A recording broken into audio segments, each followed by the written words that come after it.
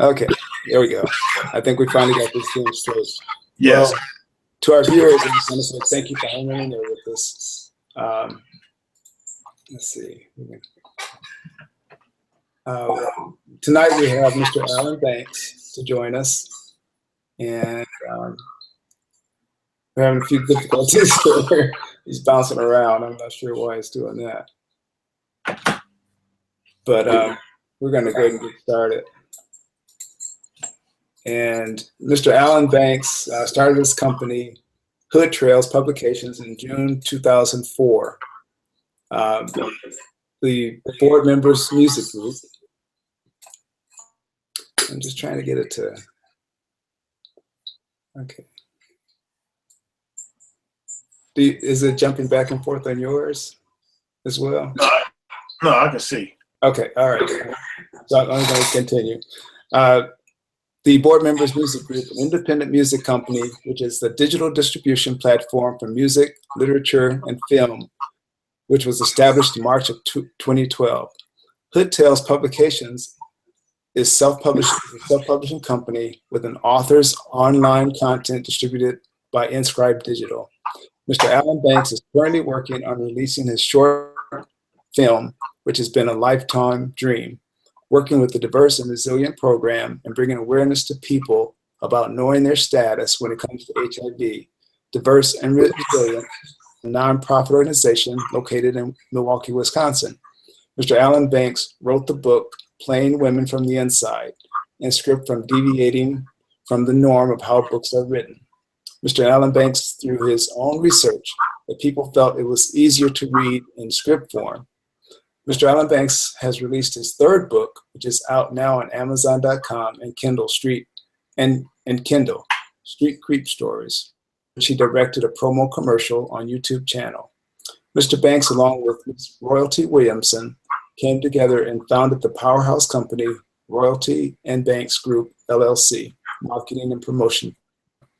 Ms. Royalty Williamson and Mr. Alan Bankz plan on making their company one of the leading marketing and promotion firms in the country. So I'd like to welcome Mr. Bankz to join us this evening. Thank you. So I'm going to turn it over to you and let you tell your story. Thank you there, sir, Mr. Davies.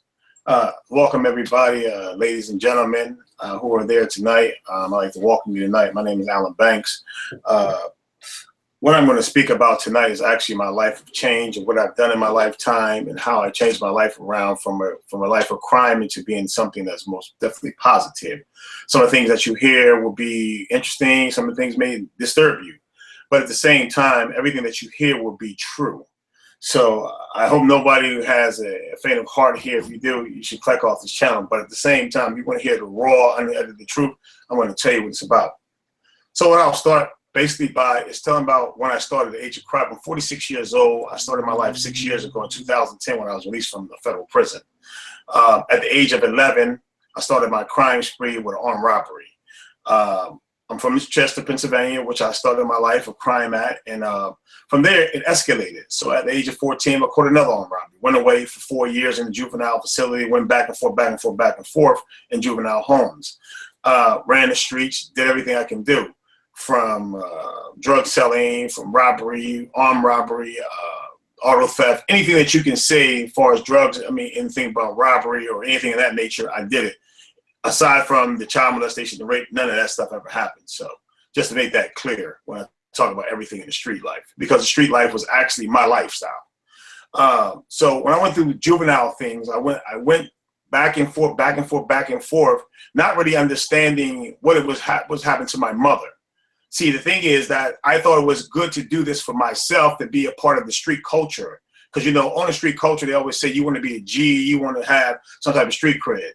And I'll get to that later on.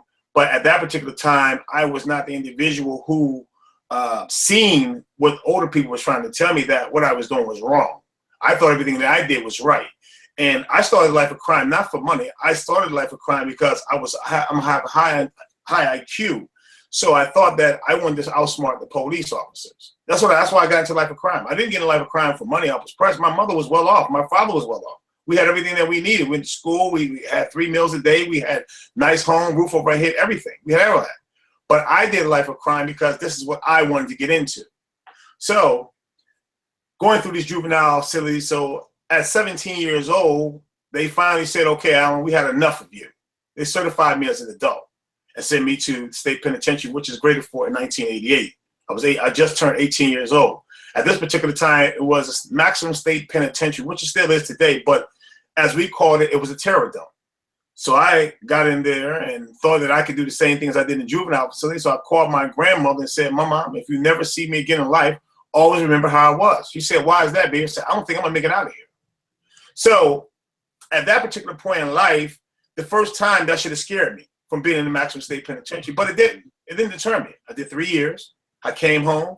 I went right back again for 3.5 years because I wanted to be a drug dealer. Then I wanted to be an armed robber again. So they sent me back to prison again. This is the funny part about it. I came home after that and then went back for 4 more years. 4 years for the same nonsense I was doing before. Parole violation, this, that, and the third. So they gave me 4 more years. I came home. I was home for 4 months. Not even 4 months. I was home for 90 days. I got shot in my head. I got shot in my back, and I got shot in my hand for trying to perform a robbery, an armed robbery, or should I say a home invasion. So the individual who I was with, which is my partner, we'll leave him out of it because I don't know, have his name in anything, but he's doing positive things. I don't want to implicate him in anything, but he was there with me. We went in there. They shot me in the head. They shot me in the back and the hand. And 45 days later, or I say 65 days later, I was in the federal system. I laid in my hospital bed. The marshals came in and said, listen, we're arresting you for, guess what? Armed bank robbery. Because that was my habit. I was a creature of habit. Not a creature who could sit there and say, I can listen to reason. I was an individual who wanted more and more and more. The street life was my life. I loved the street life. I loved it more so much than my kids and my mother and my father and anybody who lived on the planet Earth. I love the streets. So I sent me to jail, to the prison system. So I went there. They arrested me, took me to the federal system. I said, oh, man, there's something got to give here. Because the people said, we're going to give you 75 years. I said, well, wait a minute. I know I ain't killed nobody. And you don't give murderers 75 years. So it was at this time that the change in Allen began to happen. So when I finally got sentenced and went to jail, the prosecutor leaned over and said this here to me. Put on a microphone and said, if we ever see your black ass again, you are never coming home. That right there, that particular statement from that individual man made me understand one thing. These people weren't playing with me no more. I had already slipped through this, the throes of justice so many times. But now it was time, this time, they said, we got you now. So I went to a cell. I still was on the street vibe, like, yeah, whatever, I'm the man, this and third. So I had a cellie named Brother Calvin. He was from Miami. I was in Coleman, Florida. And we sat down one day and he told me, so you know what, man, I'm worse than a rat. I'm like, oh, man, they got me in a cell with this dude. I don't know what's wrong with this cat. So he said, let me explain. So I said, first I was like, man, I don't want to hear that nonsense because you just like the rest of these dudes, man, you messed up the whole reputation of the street cred. But some said, listen to this man. This man told me, he said, listen, a person who told on somebody, told on 2 or 3 people and went to jail. I said, okay. He said, me, I was responsible for destroying a whole community. I sold heroin to my whole community. I took mothers away from children, children away from fathers, and children to go to DHS systems, from DHS systems to county jails, from county jails to state jails, to state jails to federal jails. Now they're on the street right now as me and you sit in this prison cell right now doing the same exact thing that I did. So I created a monster. When he said that to me, something clicked in my head right then and there. So I said, wait a minute, something's wrong here. From that particular point on, I gave the street life a divorce. I said, it's time for me to divorce you, buddy. You are no good for me. You know, everything is good as I divorced the street life because it made sense to me. We idolize people who are killers. We idolize people who do the crime in our neighborhood, but we don't idolize or say that we say everything bad about those who tell on each other. But the thing is, the black community in our community always calling for a change. We call for this, we call for that. But soon somebody telling somebody, this individual is scum of the earth. But this individual who's driving this Mercedes-Benz, this individual who's living out in the suburbs in this $100,000 mansion house who's selling dope to everybody or whatever he's doing in the community or she's doing in the community, this individual is praised. So when he broke that down to me, I said, you know what? This is where I got to go at. So I fell back in love with my first passion, which is writing. So in the penitentiary, I did 12 years for armed bank robbery. I started to write books. I wrote a book called Playing Women from the Inside. It took me 3 months to write this book because I kept on saying, you know, I did a lot of things in prison from the time I did how I did with this woman, did with that woman. So I wrote these books. So I wrote about 7 books while I was in prison. I occupied my time. So I had unsubscribed from the lifestyle that I was so used to, accustomed to. I told all my buddies, look, man, when I go home this time, I'm done. I'm through with everything that you got to offer me. Oh, no, man, no, I'm done. And because of my, how would I say that? The way that I was in the street, and I broke it down to him. I don't want no more part of this life no more. So in jail, I made I made this thing for everybody to understand that I am an individual who don't want to hear about your goals in the criminal lifestyle. I don't want to hear about who your girlfriends and your crime. All I want to hear is about positive, productive things that's going to aid and assist me when I go home from this prison sentence. I don't want to hear about everything else that's going to aid and assist me back to this jail cell and rock me to sleep, because there's too many young cats that leave from prison who go home and fall constantly asleep in the graveyard. They fall asleep all the time in the graveyard. They don't make it back to prison. God intended to do one thing for me. I got shot in my head, my back, and my hand for trying to perform a home invasion. And there was something that I'm still here. The doctor came into the room and said, hey, Mr. Johnson, how you doing? I said, hey, man, how you doing today? He said, your ears should be ringing. You're a medical miracle. I looked at him and said, you're here for a reason. And I know what reason I'm here for now, because I'm seeing the actual bearing of the fruit of the miracle while I'm sitting here talking to you right now on this webinar. So after writing the books and started doing the positive, productive things that I was doing, one thing happened that really, really caught me. And I never, ever thought, because I have 3 daughters and 1 boy. My daughter, Rashida, my oldest daughter, got on the phone with her, and she said, Daddy, you know, she was graduating from school. I'm coming home. And never, ever did I ever consider her feelings in anything that I've ever done. She said, Daddy, can you do more? Can you make me a promise? I said, yeah, I can make you a promise, girl. Don't worry about it. She said, Daddy, when you come home, please don't ever go back to jail. At that particular moment, it really sunk into me that, man, I really discouraged my daughter from a lot of things. Like, I neglected her from everything that I was doing because she was my child. My oldest child was asking me to make a promise not to go back to jail. I cried for like 3 hours behind that because I knew that this was really hurting her. And I had missed all of my children's life. Was never there when they were born. Most of them, I wasn't there when they was raised up. But I made a conscientious effort to reach out to them. See, the thing about the trade-off about the street life is that it has a setback. But the only way that it has a setback is when you become conscious of your wrongs and your actions. And most brothers in jail, most sisters in jail right now don't understand how would I say that, the results of their actions. They think that it's all about them. And this is how it all goes down. So when I came home, I made that decision. I didn't come home to a 401k, or pop the pistol in the window, throw it out. So why was I trying to be a part of street cred? My motto now is, leave me alone. People have been calling me now, right now, today, as I speak to you, and tell me, man, I got something for $100,000. I got this. I know what I tell them? I'm gonna call the police on you. See, I'm done with the streets. See, I don't really care about the snitching. I don't really care about, that means absolutely nothing to me. I am through. I am done with the streets. If you got something you need to say to me, and there's something in the criminal lifestyle, believe me, I'm a businessman. I'm calling the police on you. I don't subscribe to none of that stuff anymore. I don't care about the street cred. Listen, you can keep that, because everybody talking about, well, I'm gonna die. Oh man, what's a real nigga? I'm doing a documentary on that right now. What is a real nigga? A fool. That's what it is, a fool. Because I ain't never seen nobody ever in my life talking about what's a real nigga. I ain't never seen that in my life like this. But we have a generation of young men right now today who are addicted to the lifestyle of what they do right now. And then we have the older gentlemen, such as my age, Mr. Davies' age, a little older than me, you feeling me, who are sitting there pontificating and signifying like a signifying monkey. See, them young cats shouldn't be doing this. Hey, wait a minute. When we go into the battlefield and talk to these young cats, we got to find out what's wrong with them. Number one, what's wrong because they ain't got no guidance at all. But the rap music is their guidance, and everything that they see on social media is their guidance. But guess what, though? Every time we try to make an attempt, we always got to hear the signifying monkey stuff. Oh, we got to do this. We can't keep saying that stuff. We got to get out there. But as brothers like myself who have come home from prison, who talk to young cats or young brothers on the street, there's got to be more brothers coming out on the street. There's got to be more relations between those who are in business and those who are coming home to come together and try to do something more productive and positive for our children today.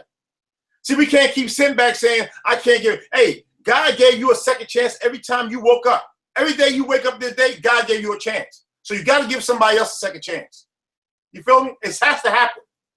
Nobody is sitting here telling nobody, oh, you're this, you're that. No, let me know that you're really saying something. Don't get on webinars as we're speaking now on television, because I call these guys social misfits. Every time something happens, you find the same social misfits on CNN, MSNBC, and every station talking about this would happen with the middle. Hey man, you don't know what you're talking about because you sit back and you're high horses somewhere talking the same stuff before.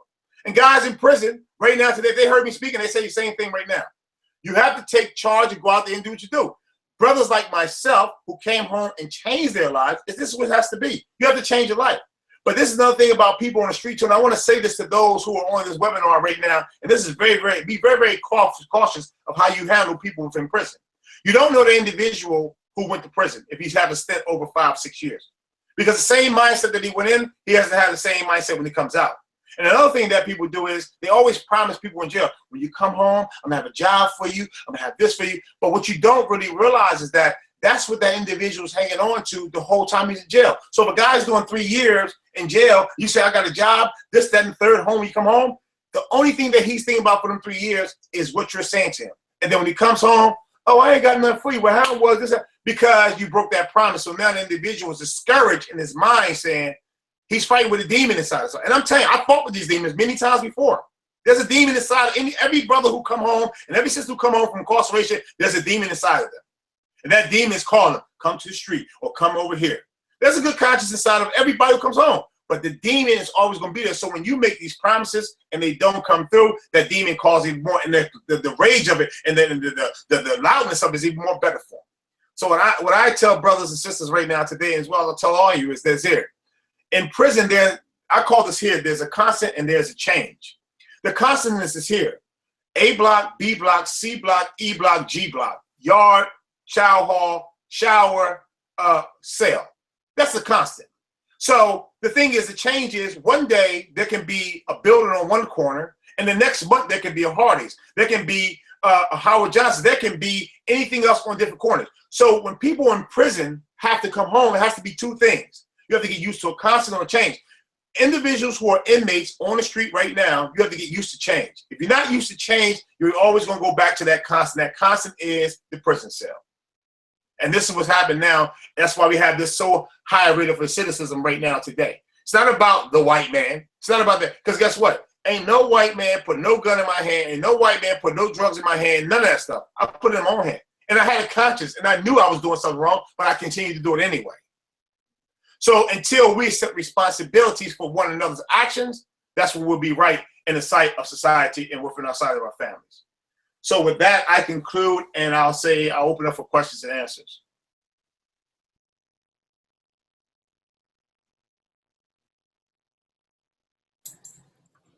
Mr. Bankz, this is Jimmy. I've been monitoring the questions, but we haven't gotten any in yet. Okay. A couple of things. One, you're lucky to be alive. Yes. From listening to your story. The other thing you mentioned too is that business. My personal belief, I'm part of a group called the Fuller and Dudley Group Foundation, and what we're doing, we're trying to promote entrepreneurship, and we think that the real problem with a lot of the youth, I guess turning to crime, is an economic issue. Right. And so I didn't know, could you kind of expand on that, where you said business need to reach out and how to get other brothers and sisters like yourself into business for themselves? Well, the thing, what I see is for the businesses to reach out is to show, you can't, like my brother used to always tell me, my old heads, we call them old heads in jail. He's always telling me, you can't tell me stop eating pork and they got no substitute for me. You feel me? So yeah.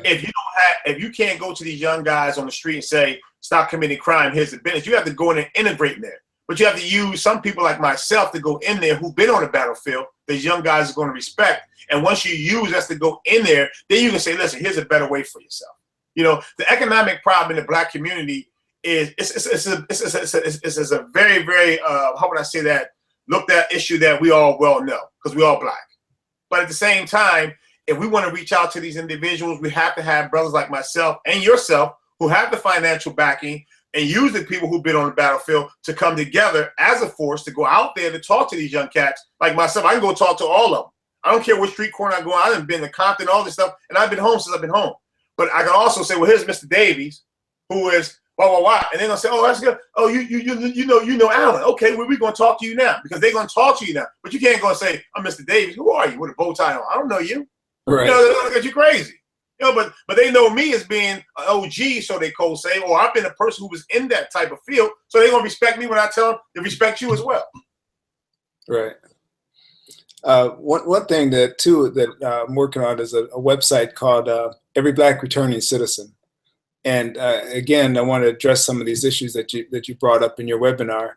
And Yes. I would really like to have you back again at some point, Yes, sir. and promote it again.